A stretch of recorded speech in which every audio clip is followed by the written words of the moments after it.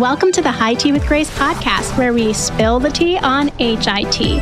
I'm thrilled to be here at the ViVE conference in Nashville with friend Sabrina Runbeck, a co-founder and CEO of PulsePoint Path. Thanks for joining us, Sabrina. Hi, Grace. I know we've been in conferences so many different times, and now here we are. So tell me a little bit about the career path that brought you to your role in the industry today.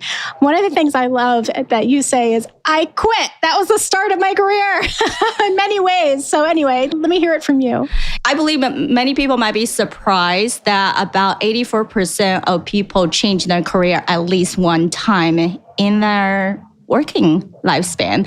Now, how come it is so high? We found that the number one factor in employee retention is really appreciation. The challenge is still there, and they still have fun, and they still have health. Guess what? Those three major factors is resilience.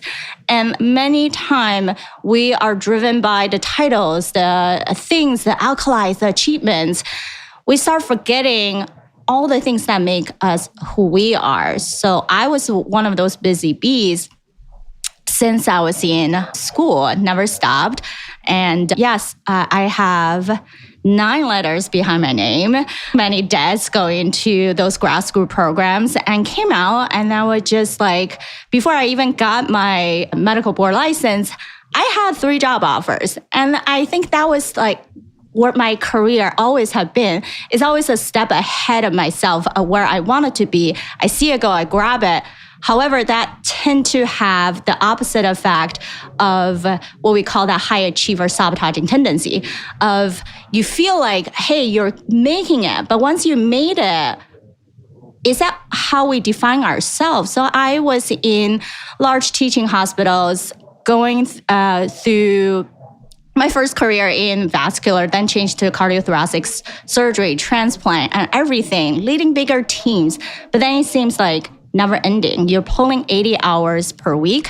We are feeling like, especially the old school docs who I work with, you take care of your own, right? No matter whether we're in medicine, in business, or in any career field, we have that tendency of, who do we get help? If we ask for help, then maybe it takes them longer to train the way we have. But then it goes to what?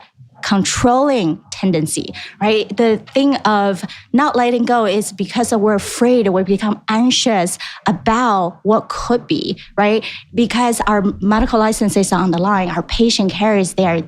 Yes, there's a standard, but how do we do it better together? I think that's oftentimes we're constantly discussing the collaboration part, the delegation part, and then how do we not have fear once we go all together and not feeling like all of us are pulling 12-hour days and still be proud, only sleep for 4 hours, and that's not health, right? And then if we are truly the leaders in-house, we have to be healthy ourselves. So that's the pivotal moment when I was going to an OR, having a 104-degree fever. My attending was busy. I was having our nurses passing cough drop under my mask just so I can keep going. Now, the next day, I really couldn't get out of bed. I had to call in. I'm like, well, we have first assist. We have other people. Can you guys find help? And the message I got back was, Sabrina, why did you not think about this earlier? Like, we can control when we get sick as human beings, and then we're supposed to already have all the contingency. But in the opposite mind, whether it's being female or whether it's being leader, we are thinking, this is not that bad. I can push through it. I can get to the other side. And maybe I'll just push a little bit, see how far I can go until a point of you really hitting that wall. And that's why my entire career had pivoted into how can we not push people so far to get to a breaking point to see how far they go? Can we do it in a better way of actually optimizing our human capital in the solution that we are solving so they have the right resources, the right support, and the right role where everything works synchronistically? And that's how I pivoted into speaking, podcasting, having the right conversation, like with yourself, with all these amazing people in our industry. what do we have to do to bring the conversation forward and not wait for the problem to surface and then try to do something about it, right? That shift was proactive medicine, preventative way. And as an individual, how we see business, we should start from that perspective as well.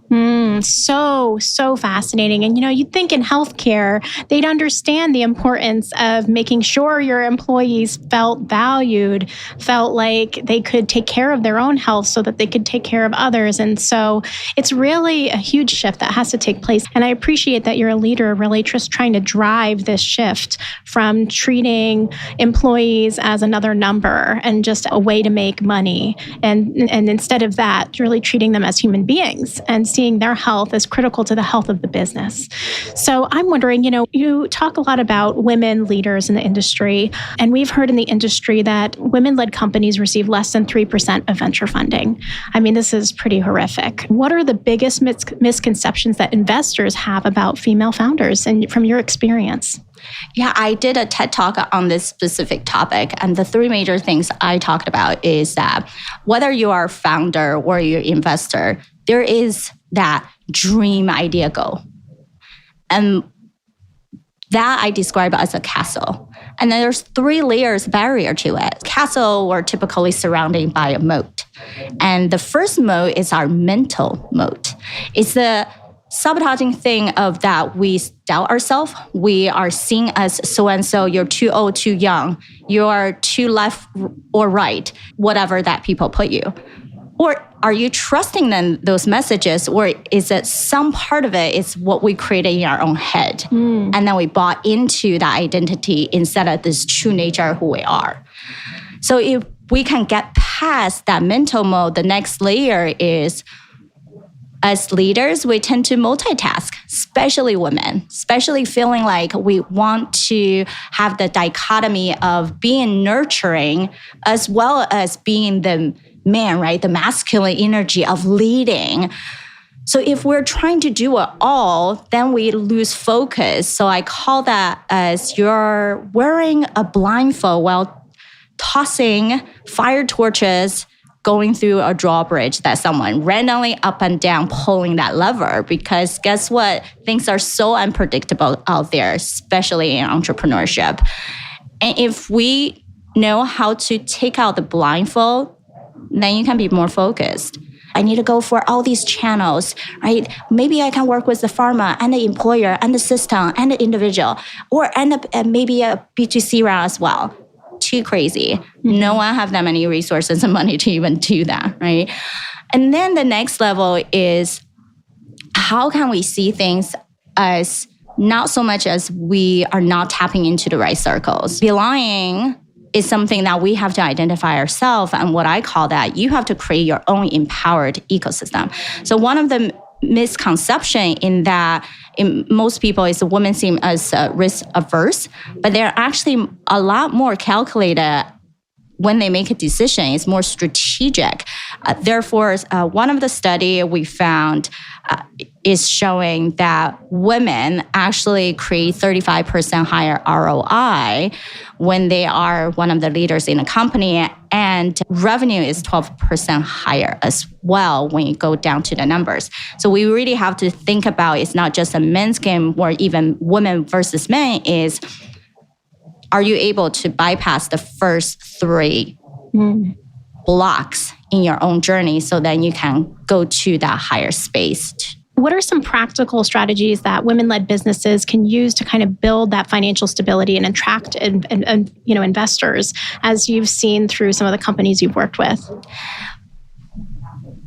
Major thing is starts with clarity in messaging and then the alignment in execution. We have seen investors are really good with what? Seeing the numbers, right? Numbers don't lie, and you can see a business model that's whether there or is not there. Now, the challenge in that is when people don't know how to present it in the right way. So even for one of the activity we do called Health Tech Showdown, we put people on the spot for a game show. Now people think, oh yeah, there are Shark Tank, there's Prentice, there's many things out there, but there's not really anyone in healthcare in itself. And why do we even care about game show is we teach people a whole system, not just, hey, you have an opportunity to apply, you might not get air, but at least you have an opportunity to present. That's not the point. The point is, how do you tell the story in the right way under 2 minutes that when we hear it, it doesn't seem like now we have 10 more questions that we need to ask you. You actually gave us enough information in its concise way that we hear your story, we hear your impact, and we hear how you're going to grow. So there's a connection piece that we show people. And then we are putting people on the spot to see how they can solve a problem, a scenario right there. Now, it's not about getting the right answer. It's to see how they handle a situation with a little bit of pressure, right? As we can see their personality, how they logically think through things, most time it's hard to assess those things.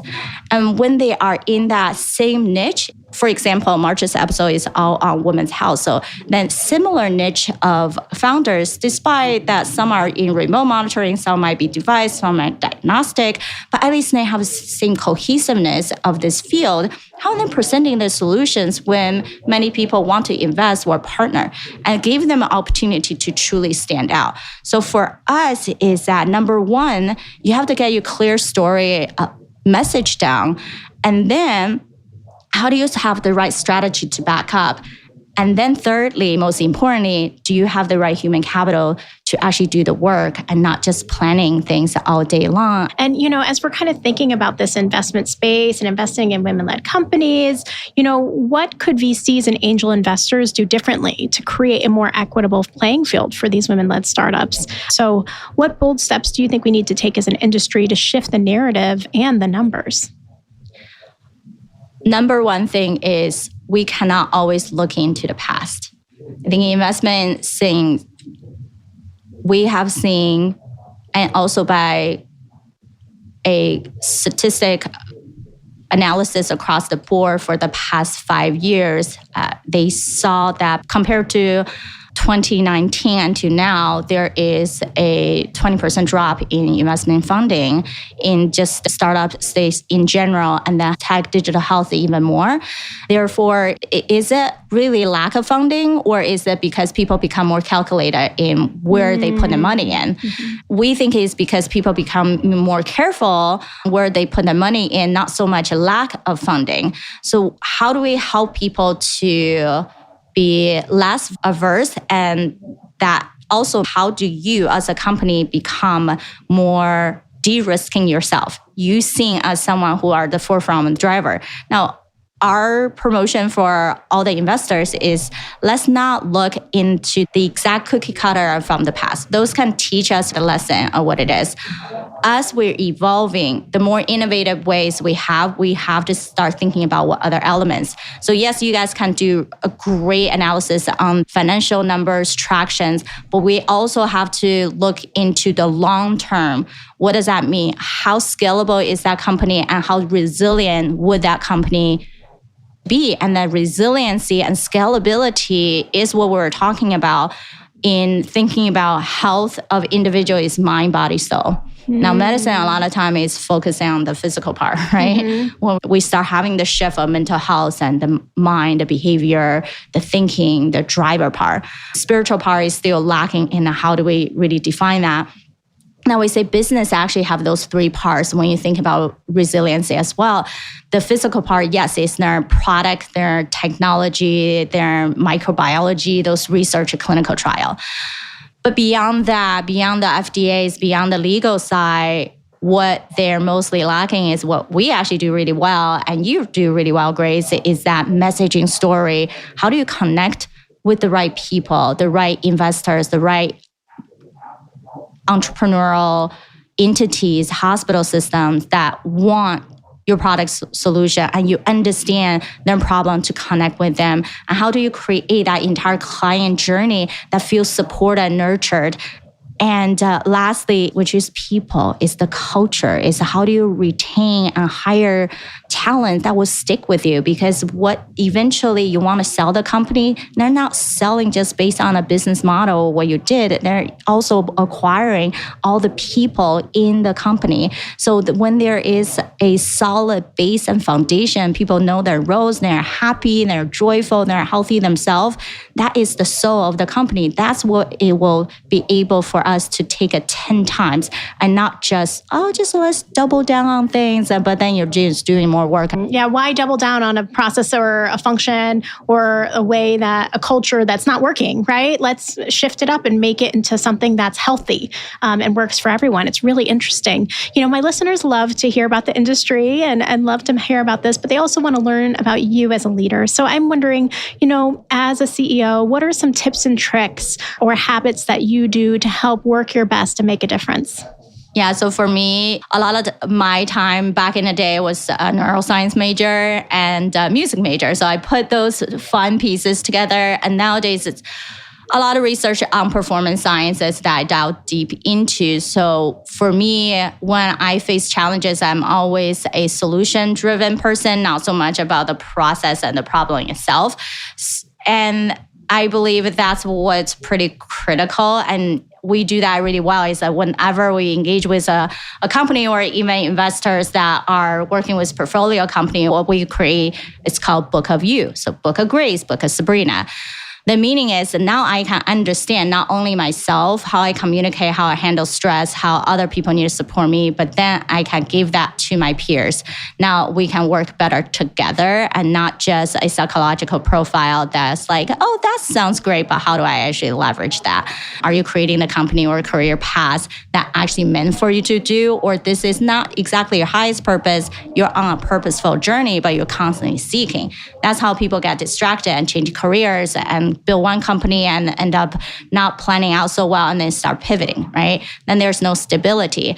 And then we're also looking into even understand myself. So in a physical communicator way, I'm very much a spiritual, energetic person as well as a cerebral person. So I'm not the touchy-feeling that have to see I'll cry in a heartbeat. Right? So when I know that, right? Like when I know Grace is more emotional, more like a liveliness to her, that I need to bring out that side of me, even though that's not my nature side. But at the same time, when people propose a problem to me, and then I'm also lit up about like what could be, what's possible, I'm always the one who would never think no is really no. No is like no at the time of doesn't fit you right now. So how can we make things better for the future that you're needing to bring? It seems like people really need to start, and I'm actually giving a talk on this on International Women's Day, really leaning into their strengths as a leader and filling in the blanks where they know that's not their best effort, right? They know I'm not that person that's going to be able to do that part. And this is what I know I'm great at.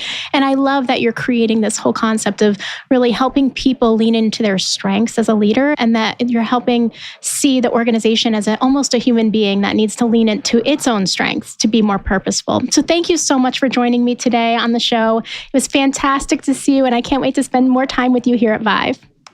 I so appreciate it, Grace, and I can't wait to have you on our show as well. There's so many amazing topics and people that you have been brought into the field, and amazed at everything that you're doing. And where can our listeners find you online? I'm very active on LinkedIn, so just go to LinkedIn, find Sabrina Runbeck. I am also host of Provider's Edge podcast, as well as the Health Tech Growth. There's endless of support that's out there. Just like you, Grace, I think it ultimately is about finding the right empowered ecosystem for yourself, be able to say, I'm truly living up to what I see, and then my mission is the final destination. Anything else, opportunity, people that come to me, if it's not truly going to take me there, then it's a no, and it's actually a happy no. Well, thanks so much for joining us. And thanks to you folks for joining us too. Check out the High Tea with Grace podcast for more interviews with esteemed guests like Sabrina today. Like a Girl Media is more than a media network. It's a community. We want to meet you and amplify your voice and the voices of outstanding women innovating in healthcare. Interested in starting your own podcast or hosting an event near you? Connect with us online or in person. We're here to support and empower you.